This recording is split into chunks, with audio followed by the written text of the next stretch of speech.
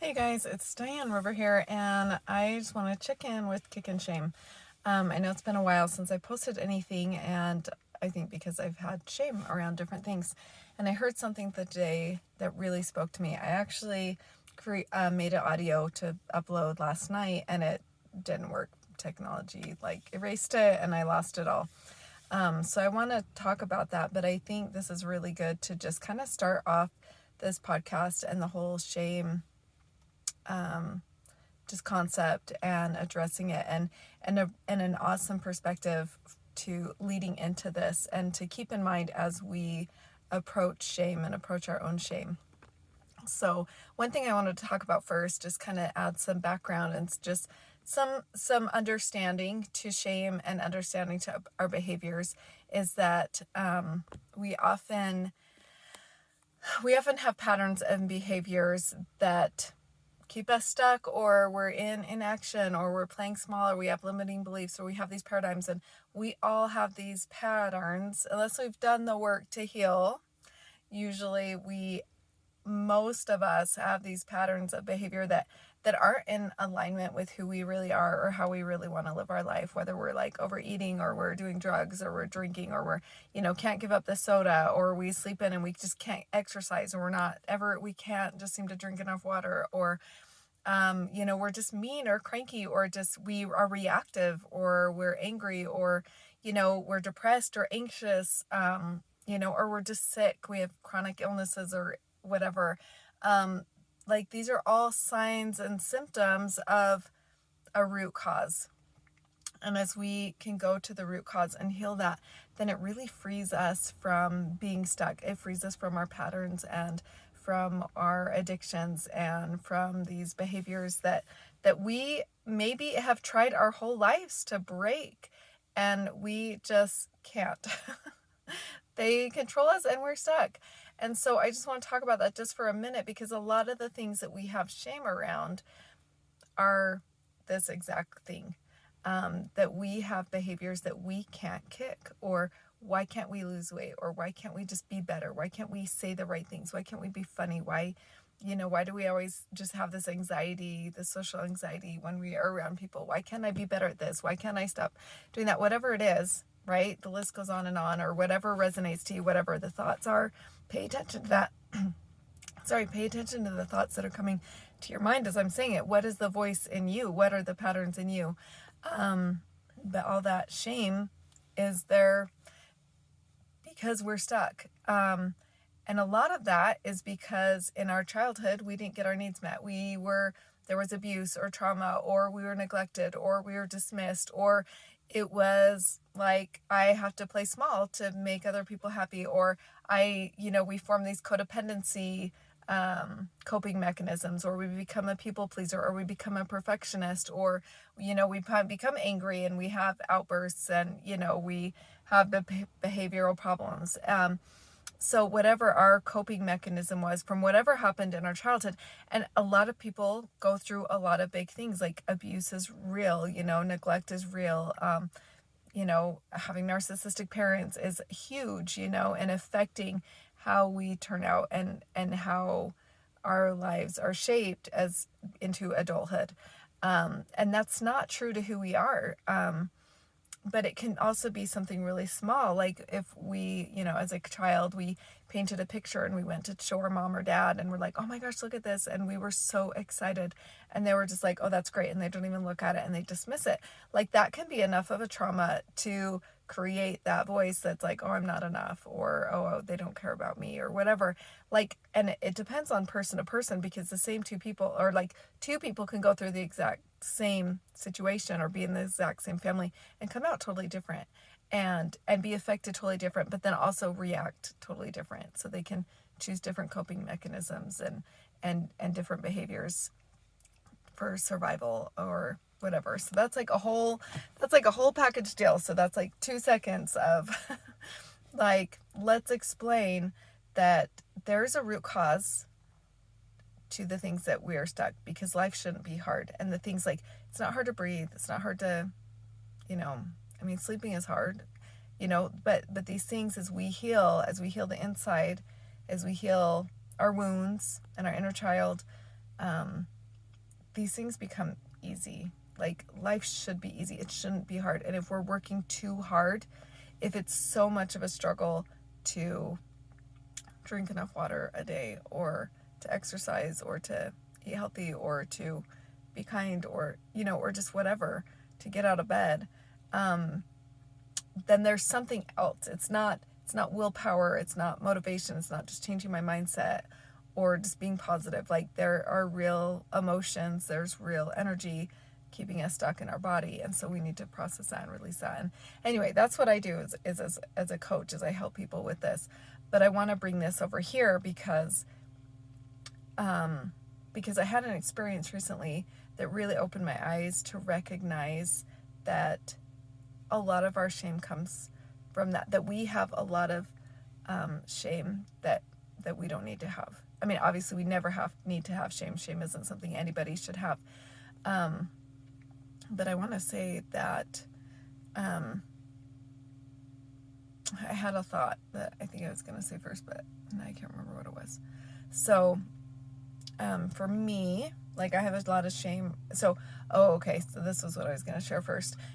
So when I started going to therapy a couple years ago, I also found a book by Beverly Engel called It Wasn't Your Fault. And she talks a lot about abuse, and she talks a lot about, like, childhood abuse. She has 2 books that I know that she talks a lot about childhood abuse and healing through self-compassion. And so self-compassion is a huge part of this. So I'm going to talk about this just in a little bit.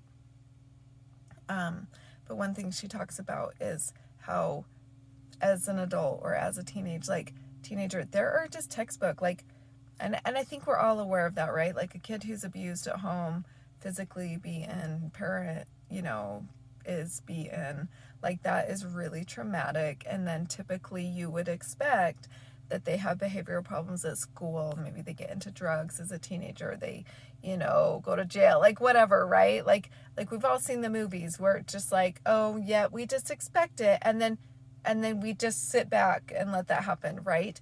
But we don't recognize that had they had the help they needed as a kid, we could have helped them, right? But we pile on the shame, we pile on the judgment, and we pile on the shame, and we put all the responsibility for what that child has gone through on their shoulders. They're not responsible for the abuse they endured or the abuse that they watched, which is also abuse. To watch someone being abused is abuse. But we just leave all that burden on them. We leave the burden of their experience on them, and then we shame that for how they react to that and how they cope to that, to try and survive and to try and cope with all that trauma and all that wounding and all that pain that is in their body. Then we shame them. We turn around and shame them. And so for me, I had a lot of neglect and abuse as a kid. And then in my teenage years, so I learned when I went to therapy and I started reading these articles on shame, I realized that my behaviors as a teenager were textbook expectations from what I experienced as a child. And it just really was like, oh, it wasn't my fault. It wasn't my fault, because the thing is, so when I was a teenager in 9th grade, I dropped out of school because my friends and I were doing drugs, and that I didn't want to do that. I didn't want to have that lifestyle. I had no support system. I had no family support. There were a couple people in my ward, in my church, that were very supportive, and I'm so grateful to them. Even to this day, I think about them often. But for the majority, like, I was alone. Like, I was alone as a 14-year-old girl or a 15-year-old girl, a 16-year-old girl, stuck in this situation that I did not want to be in. And I didn't have tools to get, I was, I had been through neglect and abuse. I did not have tools to know how to cope, to know how to get out of that. I didn't have support. And so what happened was, like, living in Utah County, if you know Utah, very great place, also very toxic place. But for me, it was very toxic. There was so much. I moved in 7th grade from Texas to Utah Valley. And instantly, it was just so much judgment, because I'd been inactive my whole life. So there was so much judgment and so much shame. And then, which only just propelled me further into the deep end. And people are going to come back and comment on this and be like, but you chose that. It was your choice. But the thing is that when we have abuse and we have wounding and we have trauma, that is we have brain injuries. Like, our brain is injured. And especially when you have if you have PTSD, if you're walking around with PTSD or complex PTSD, which I have PTSD, I have complex PTSD. I've dealt with PTSD, throughout my life, but I've been learning and realizing that I have complex PTSD. And when you're walking out, so if you are in a stress response, say from a scale of 0 to 10, 0, you have no stress, like you're totally fine. If you're constantly like at a 7, 8, 9, like your fight or flight response is just triggered full mode all the time, you are literally walking around with a brain injury. Like, they can do brain scans. Your brain emotional trauma looks exactly the same as physical trauma in your brain. It shows up the same way. Your brain does not distinguish that. And so to expect someone who has brain injuries in their head because of the trauma they have endured, to expect them to then function properly and show up every day and just be like a contributing adult and be healthy and be normal and whatever, right? Oh my gosh, that builds so much shame on us, on anybody, because of the expectation. If someone broke their arm or were paraplegic or, had all these wounds like cancer, like, you don't expect them to, you don't just say, well, you need to go to work, you need to pay the bills, you need to do this, you need to do that, you need to perform, you need to be better, you need to not be an addict, like, we don't, because you can see it. But those emotional wounds are not any different, and yet we pile on the judgment and the shame. And so to somebody who might come see this and be like, but you chose that, but it wasn't my choice. I was trying to choose to get out of it. I was trying to get away from that. So I dropped out of school so I wouldn't see my friends, so that I wouldn't go and do those things and live that lifestyle that I didn't want to live. And no judgment on my friends. Like, I love my friends, they were great, awesome people, but for me, the struggle was, this isn't in alignment with me, and I don't know how to break out of this. And so I think maybe this will resonate with some people, because I think in our shame, like, whatever our shame is, we feel alone, because that's what shame does. Shame isolates us. We don't talk about it. We don't have support. We don't reach out and help others. We don't ask for help and get help for us. So we're alone. So maybe your situation is more extreme than mine. Maybe it's similar. Maybe it's less extreme. But maybe I'm going to guess that this resonates with you. Just that feeling of isolation, the feeling of, this is my struggle and I'm alone in it. And how am I supposed to overcome this? And so we feel so much shame because we can't overcome it. One, we feel shame because of what we're doing and our struggle and our behavior and what's going on. And then 2, we struggle with shame because, well, why can't I be strong enough? Why can't I get over this? Why can't I do something different? And then we're alone and we look at everybody else, and everybody else looks fine because we can't see their shame and we can't see all the stuff that they're hiding inside, and all their emotional wounds. And so we just keep struggling alone, and we just keep that shame, right? And then we have shame about having shame. Like, we think, oh, I have all this shame. Oh, I shouldn't have shame. I need to get rid of this shame. I need to be different. I need to do better. Why am I enough? Like, I'm never going to be good enough. I'm never going to get there. I want to be this. In my brain, I'm somebody else. Like, in my head, I'm somebody else, and I'm better, and I can do this. But look at my actions. See, that proves that I'm not. Or someone comments, or someone makes a judgment, and then it just, like, your shame grabs onto that and says, see, they're right. See, look at all this. My shame, I'm valid to be here, right? But I heard something today. I was listening to Kyle Cease, and it was his February 27th video, I believe. If you're part of his like all access pass, whatever he calls it. He is awesome. I love him so much. But he did a guided meditation on shame, and he talked about so many good points. And one of it was that how we shame our shame, and then the other is that, well, what if we took that voice in us, that person, the shame person in us that's shaming us, because oftentimes we have the shame from outside, but then we internalize it and then we shame ourselves. We start to gaslight ourselves. We start to abuse ourselves. And so we have that inner critic and that inner shaming voice. Well, what if we looked at that? What if we looked, if you close your eyes, and if you've done inner child work, and if you haven't, that's fine, like, Google it. or, reach out and I can guide you to things too, to learn about that, because it's really powerful. But what if we closed our eyes and then we said, if we separated that shame person that's shaming us, our inner voice that's shaming ourselves, and looked at that, and we saw that person that is shaming us, and we loved it, right? We're supposed to love our enemies. The person shaming us is our enemy, right? We hate it. We resist it. We don't want to be shamed. We whatever. But really, what if we look at it? Because really, what I saw when I thought about this more, is that shaming voice is trying to protect us. The shaming voice is trying to protect us from getting hurt more. So then it kind of shuts us down, so we don't try, so we don't play big, so we don't take up space, right? And so that we're safe, right? We're safe because that's what we learn. Like as a kid, if we speak up and we always got shut down or told to be quiet or told to be still, like we learn that we're not safe to speak up or to be us, right? Oh, I can't be who I am. Like, I can't be me because I'm going to be shamed, because I never could have. Growing up, I never was able to be me. Like, I always had to be what other people wanted me to be or told me to be. And I learned to adjust. I learned to watch people, and I can see when people shift, and I would shift to bring them back so that I wasn't getting neglected, or I wasn't getting yelled at, or, I wasn't getting abused or whatever, And so we learn that as a kid because we learn to survive. And so that's really pretty powerful. But it's not healthy and it's not good, and we shouldn't have to live that way. We should be able to be safe. We should be able to turn down our nervous system, go into that parasympathetic nervous system, relax, rest and relax, so that we can heal, so we can find safety and we can heal. And so what if we look at that shame person, that shame that we carry around, and that voice, and we listen to it?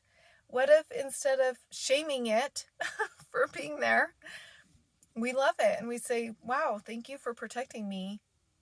Thank you for trying to keep me safe. What's going on? Like, what is underneath that? What's underneath that voice that's trying to keep us safe? It's usually fear, and it's sadness and hurt and wounding, right? It's afraid. The fear is the fear of getting hurt again, right? The fear of being rejected, the fear of being abused, the fear of, well, what if I lose weight and then people hate me or people get mad? A lot of times if we're around other people that maybe are heavier and we lose weight, then we're going to feel like we're abandoning them, or we're going to feel like they're going to judge us, or if we change, if we heal and change and become different because we don't want to be the person that we are right now, and people are like, who are you? I liked you better before. AKA, which means, AKA, I liked you better when I could abuse you and you would put up with it, So when you start speaking up to yourself, people are going to say things to try and pull you back to that. So, and don't fall for that. You keep changing and recognize how unhealthy that is. And that if they're not going to change with you and come with you, then maybe they're not people that should be in your life. And that's fine. Because you matter first. And so I just want to bring that up, that what if we loved our shame and had that self-compassion for our shame too? Because everything we resist just makes it stronger. When we resist our anger just gets stronger. It builds. Maybe we don't see it and we don't feel it for a time, but it builds because it wants to get our attention. It doesn't, these energies and these emotions don't want to stay in our body. They want to get out. They want to be seen and they want to be processed. Our body does not want to hold on to this. This is not healthy. Our body is built for survival, that we will survive, and we're not surviving. We're surviving, not thriving, right? We want to thrive. Our body wants to be at that ultimate state of health and well-being. But our ego keeps shoving it all down and says, nope, I don't want to feel that. Or, oh, I'm scared to feel that. I don't want to feel that. And so it's all about creating a safe space where we can start to lean in, that we can start to listen and hear it and recognize it. And that can be really terrifying, and that can be really scary. And so I want to talk about shame on this channel. I want to start the podcast, but I'm probably just going to start with video because I can do video. this is where I'm at right now, is doing video. So I'm just going to start making videos and make this what I do now, because I can. And I just feel like, oh, I wish I would have shared all these other videos all these other days, because it would lead up to this so well. And I'm not there yet. So I mean, I'm bummed I didn't, but I just felt like I had shame, because I felt, oh, I have to do this perfect. I have to do it right. I have to launch this big thing and be ready and have months planned out. And I just don't. So I'm just going to play this by ear, and that's how I'm going to do it, because that works for me. And I want to get this content out here. So it's not professional. I don't have my webpage done yet. But this is it. And it doesn't matter. It doesn't matter to me, because the content matters. So if you resonate with any of this, please subscribe and follow. And if anybody's name comes to mind while you're listening, please share this with them. Please like and comment, because that'll help this be seen more. So I'm not asking, I don't care about followers. Like, I don't care about the numbers. I care about the content. So I'm going to be probably unprofessional and not doing it the right way and whatever. But I do know that if you like the videos, if you comment on the videos, it will help. It will help other people to find this. And if you want to be on my team and help me out with this, because you love doing that stuff, then let me know. So number one, what if we love our shame? What if we have compassion for our shame and for the pain that is under that shame and the fear that's under that shame? And I want to go back, because I recognize that I didn't finish my other point. So for me as a teenager, and I had all this shame, right? So much shame piled on me from church, everybody, kids, other kids at my school, leaders, other adult members at church or in the church, whether they were in my ward or not. I mean, I had a lot of great people. I had great leaders. I had fantastic leaders. I had fantastic bishops. I'm really lucky and blessed, because I've heard other stories, that people have not always. And so I'm grateful for that. But I did still have so much shame, and so much that has just really kept me from fully appreciating the gospel of Jesus Christ and his atonement, because I'm stuck behind the shame, and he wants to help me and heal me. And I'm like, nope, I'm not worthy. Nope, I'm not good enough. Nope, I'm not, you can't, like, I'm not deserving of that, because I have the shame. I'm not being seen. And so the thing is that I really wanted to say was that I felt my whole life, because everybody told me, well, that's your fault. You chose that. Like, you're a bad person. You messed up. But it was like, but if you knew my internal struggle, if you knew the struggles I had with God, and just pleading for him to get me out of there, and to free me from that, and to just help me, and that I didn't want to do it. Like, so much of the struggle of, I don't want this. Like, I don't want this life. I want a better life. And I felt that probably my whole life. Because then my struggles just continued, but in other ways. So if you knew that, you would know I did not choose that. That wasn't my choice. And there were times, yeah, obviously I went and did the drugs. I stayed at the party. Whatever. Like, yes, those were my choices. But how much of that, how much of our behaviors, how many times do you go get something to eat because you were sad? Because you're heartbroken, or you got triggered and your trauma came up, like, and you went and eat. I'm sorry, that is, our culture trains us to eat. Oh, you're sad, here, have some ice cream. Oh, you're happy, oh, look, you just won that championship, let's go have some ice cream. Like, eating is an emotional, we're trained to be emotional eaters in our society. So is that our fault? Like, am I to blame? Do I need to carry that shame and that judgment for living in a society that brought me up to that? And then let alone, like, the sugars that are in everything that are addictive, that are literally addictive. Like, sugar is a drug in our body. So, like, can we just release that? Can we release the judgment? So what someone said the other day to me was, like, I was telling them my story, talking about all the struggles that I had, and how much struggle I'm having right now, trying to just make sense of it all. And how do I view the church? And, like, where do I stand? Because I have this testimony of the gospel, and I believe in these core things, but then look at all this other messy stuff, and I just don't know how to view it, right? And ultimately, he's just like, it doesn't matter what people think. Be you, right? And I had so many people tell me in just one day, I had so many people tell me just to be you. And I love that. But one thing he said is like, I'm sorry for all the struggles you faced. Some of them, it seems, were your choice. And it just hit me. It hit me because I thought, you don't know. That wasn't my choice. And so other people are going to say that. And I want to hold space for you that maybe it's not your choice and that it's not your fault that you're in this struggle. And I want to hold space for you and say, we all have struggles and we all have weaknesses and everybody's look different. And some people are on the outside and you can see them. And I think most people are on the inside and you can't see them. And maybe they come out in different ways that aren't approved of or aren't ideal or aren't, whatever society deems to be worthy. But we all have our struggles. And don't let anybody tell you that it's your fault or, well, you're the one making the choice. Why don't you just do better? Because it's not that easy and that's not how it works. And more often than not, we are the consequences of somebody else's actions or the environment that we are placed in. And we don't have control over that. Or we are the consequence or we are the result of things that we did not have control of. And our body has done a pretty damn good job of keeping us alive and getting us to where we are today. And all the struggles and all the failures and all the mistakes that we've made, you know what? Like, you're here today, and that's something to celebrate. Because life is hard. Life is hard, and it is not easy, and oftentimes we make it so much harder on each other, and oftentimes we make it so much harder on ourselves. So I just want to say, let's love shame. That maybe we should change the podcast, not to kick in shame, to kick it to the curb, but maybe we should start loving shame.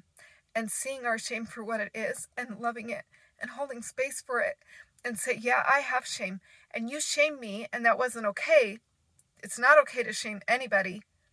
But the shame that we feel inside, that instead of rejecting it and resisting it and shaming it, like, what if we love it? What if we love it and say, hey, I struggle and I'm proud of it because I'm a human being and I'm having a human experience. And I've been alone. And I'm not going to be alone anymore. And I want to connect with people and I want to reach out and I'm going to let my light shine. And if that means that my shame is there and seen and big and loud, then let it be there. Because that's a part of me too. And that's a part of my experience. And that's part of my learning and my growth and what makes me who I am. And maybe if I can see it and I can love the shame, then maybe it can release and we can get to the things that are underneath it. We can get to the fear and then we can lean into the fear. We can lean into the fear. For me, who do you think you are? And you're not good enough. And I can lean into that and say, well, what if I'm not good enough? What if I make these videos and nobody likes them? Or what if people are mean to me because of them? Or what if I don't help all the people that I wish I could help in this world? That I know are going through things that I have gone through and things that I felt. And what if I fail at that? But you know what? Does that matter? Does it matter if we fail as long as we've tried? Does it matter if we failed or we're not good enough or we mess up? Like if we help one person or if we just help ourselves and just say, you know what? I'm not doing this for anybody else. I'm going to do this for me.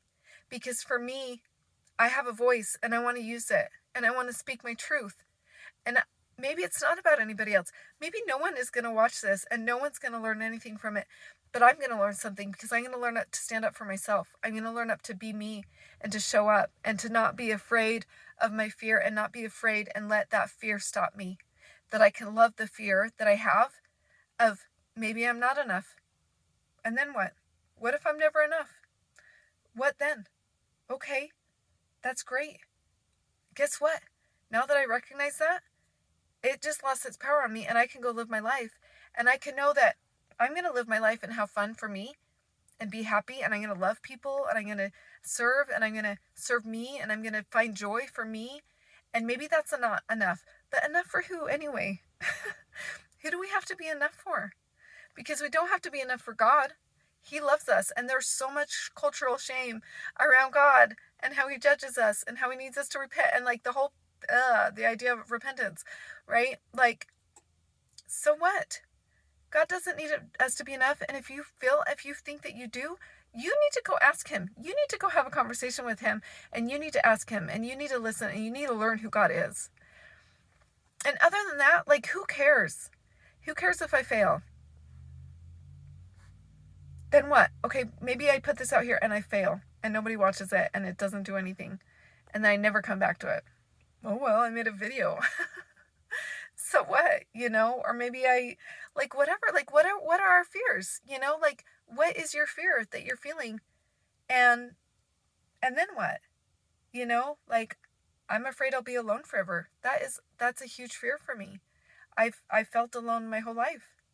And that is really hard for me. That's been a huge part of my wounding and my trauma, is just being so alone and not having a support system, not having people to get my back. I went through a huge block of, like, I don't want to do this podcast because it's too hard to do alone. Like, that is huge for me. It's such a big passion for me and something that I want to get out here so bad. And I'm so afraid to do it alone because it's exhausting. It's hard to put myself out there and then to go home and not have anyone and to say, oh my gosh, I gave the world my all. I gave the world everything I have. And it'd be nice to have someone to be like, oh, I'm tired, and just give me a hug. And just know that someone's there to kind of help be there with me, or whatever, like, be a support or be somebody, not that I need, not in a codependent way, but in a connection way, and in a, hey, we love each other, we have each other's back, you know what I mean? And so, like, that's a fear for me. But what if I am alone all my life? That sucks, and there's sadness there, and I can be sad about that, and there's no shame in that. There's no shame. There's a lot of people in this world that are alone, and there's a lot of people in this world that don't want to be alone, and that's really hard, and I have compassion for that, and there's no shame in that. There's no shame in being alone if you want to be alone, and there's no shame in being alone and being sad about it, and so, like, but there's a lot of shame around that, because then people are like, oh, well, maybe you need to do this, or maybe you do that, or maybe if you weren't like that, or maybe if you were more like this, or maybe if you took these pictures online, or maybe blah, blah, blah, right? Or you should do this, or why aren't you married yet? Like, there's so much shame around being alone. But we're all alone, really, because even in a relationship, we're still kind of alone, because we're our own individuals, and it's great when you have that partner that you can be there with, and totally be vulnerable and have a healthy relationship and not be codependent or these crazy attachment styles, which there's no shame in that. In any of that, there's no shame. But it's important to recognize that and see that and then be like, oh, I am codependent, or I am, whatever. Okay, that's who I am. And as I accept that, then maybe I'll get better, and I won't need that, because I'll start to love myself and learn that I can meet my own needs and I can take care of myself. And so, anyway, just don't let people shame you. I mean, whatever. That was really shaming. I'm so sorry. There is so much shame in the world. But I think as we learn to listen to our own shame and learn to love us and learn to love our shame and to see what's underneath and lean into that fear. That's what I was talking about. Leaning into the fear. What is the fear? Well, it's sadness. It's emotion. It's emotion. And it's energy. All emotions are energy. And so as you feel that energy, if it's overwhelming to you and you feel overwhelmed and just, oh my gosh, it's too much, just move your body. Like, if you feel that emotion coming up, just shake your arms and shake your hands and just wiggle your body and spend that energy. Use that energy and let it flow out. And it'll help. It'll feel better. And you can tap. I love tapping. I tap all the time. EFT tapping. I will put some videos up on my channel that I can share with you, so you can learn. So you can learn about these coping mechanisms, or not coping, these tools. I will teach you some tools on my Diane River account. Because it's not exactly this, but I will add links so that you can find them after I make them, because I haven't made them yet, as resources to help you with this. Because if there's one thing I've recognized more and more and more, is that this podcast is probably going to be a little triggering. And I don't want to leave anybody triggered. I don't want to leave you overwhelmed, and I don't want to leave you in a bad space. But I think number one is to have compassion for yourself And it's okay. And love your shame, because it's just trying to protect you. And can we be grateful for that? Can we be grateful that we've gotten to where we were? Because maybe as a kid, it did keep us safe, and we needed that, obviously, or we wouldn't have turned to that, right? But now it doesn't serve us anymore. And so we need to get to a part where we can be able to speak to those parts of us that are still reacting, still trying to keep us safe, but not serving us, and say, I love you, thank you, but you can be done now. Like, you're done. You can rest now, and you can take a break, and you don't need to keep me safe anymore, because I live in a house now. I don't live in the woods where the bears are chasing me, right? I don't have people screaming at me all the time, or I don't have people neglecting me, or like all these people that were really toxic, like they're not in my life anymore, and so we can move on, and we don't have to hold on to that. So take a deep breath. I need to remember that more often throughout the videos. Just take a deep breath and just sit here for a minute and just feel what comes up, because I know something came up. Whether you resonate with it, or whether you're really angry and you hate it and you don't want to feel it. Whether I push some of your buttons and you're like, I don't want to feel that. Shut up, lady, and don't do this, and you're wrong, and you're going to start projecting on me. I want you to take a deep breath and feel what comes up, because that's you. I'm sorry. Whenever we get angry and we want to project to anybody and we become the loudest voice, it's because we are trying to deny that we have shame. We are dismissing our own shame. We're denying our own shame. We are trying to avoid it like the plague, so we project onto everybody else. What is it inside? And what are you afraid of? What are you trying to protect yourself from? You can just tap on your collarbone. So EFT tapping, it's just tapping on acupuncture points that is proven to lower your cortisol levels, lower your adrenaline, to calm your fight or flight, like just to help calm your nervous system. So there's just tapping points on your head, your eyebrow, the side of the eye. So this is, I'll show you right now. So your bone right here, right at the tip of your eyebrow, and then follow that ridge of your bone to the end of your eyebrow on the side of your eye, the top of your, right at the top of your cheekbone, under your eye, right here in the middle, between your nose and your mouth, right here, the dip in your chin, like under your lip, your collarbone, so the end of your collarbone, and just down. You can tap on one side, you can tap on this side or this side, you can tap on both sides at the same time. This isn't the same as EMDR tapping, which you alternate sides. You can tap both sides at the same time. I can't because I'm holding my phone. Your collarbone area, you can just tap with your whole hand, and then under your armpit, it's like 3 fingers under your armpit. So on a woman, it's where your bra goes across under your arm, so your bra strap thing.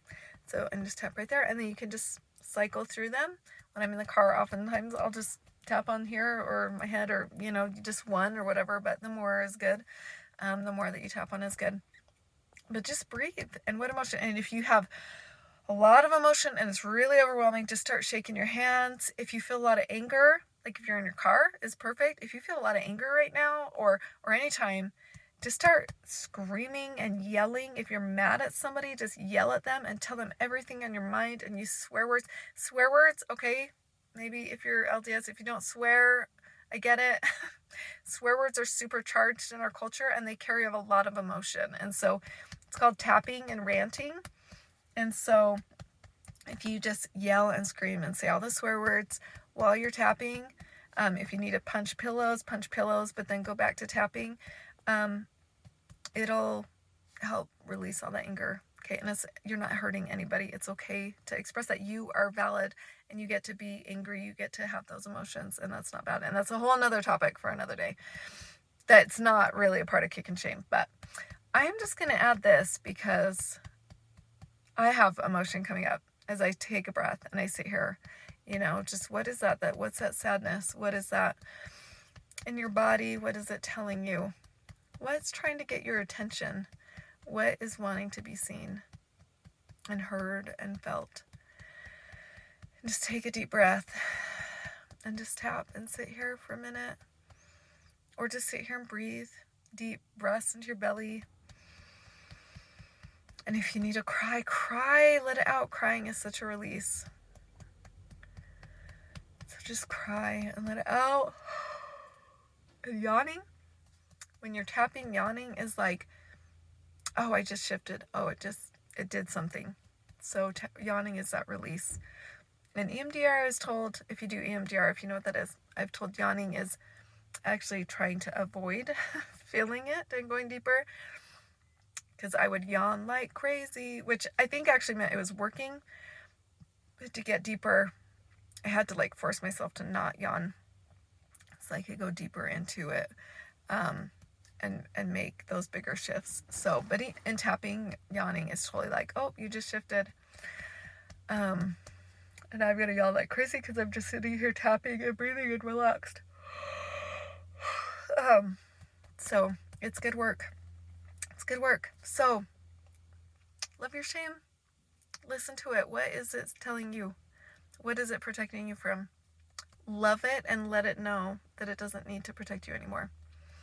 And if it does, then you need to look at things in your life that you need to change or get out of situations. Because if you are still in a situation where you need to be protecting yourself, then you need to not be in that situation, and get help. So please look for that. Please look for support groups, hotlines. I mean, they're there. So, but we don't need to have shame. And if you have people telling you, or if you are telling you, or if you have carried the burden of, why did I do that? Why did I mess up? Why am I doing this? Why can't I do better? There's probably a really good, valid reason for it. Is just you had something happen in the past that then created this cycle and this pattern. And there's no shame in that. So let's just find that and release it and heal that. My point in this podcast was just to come and talk about shame. And let's expose shame and let people know that they're not alone in their shame. And that is absolutely 100% what I'm still going to do. But also I recognize more and more that shame is deeper than that. And this is going to bring up a lot of stuff for a lot of people. So I just want to provide resources and tools and perspectives so that we can shift on multiple levels, not just exposing the shame and bringing it up and then be like, now I'm so overwhelmed that I don't know what to do. But also so that we can heal it and process it and just be free from that, find that freedom from it, even if that means that we still live with it. Because I keep thinking, I need to get over my shame before I can do this podcast. But I'm going to have shame. I'm going to have shame. I'm a human being. I'm just going to have shame. And I don't need to shame myself for that. And I don't need to have shame about that. So anyway, I love you. Have an awesome day. Sending all my love and all my best, and love you and totally accept you, and just, you're totally accepted, you're totally worthy, you're totally enough, you're awesome, you're rocking it. So glad you're here. Share this, like, comment, come back for more. You can push the bell so that you know I'm not consistent. So if you push the bell on the channel, then it will notify you when I do post something. So anyway, take care, love you, bye.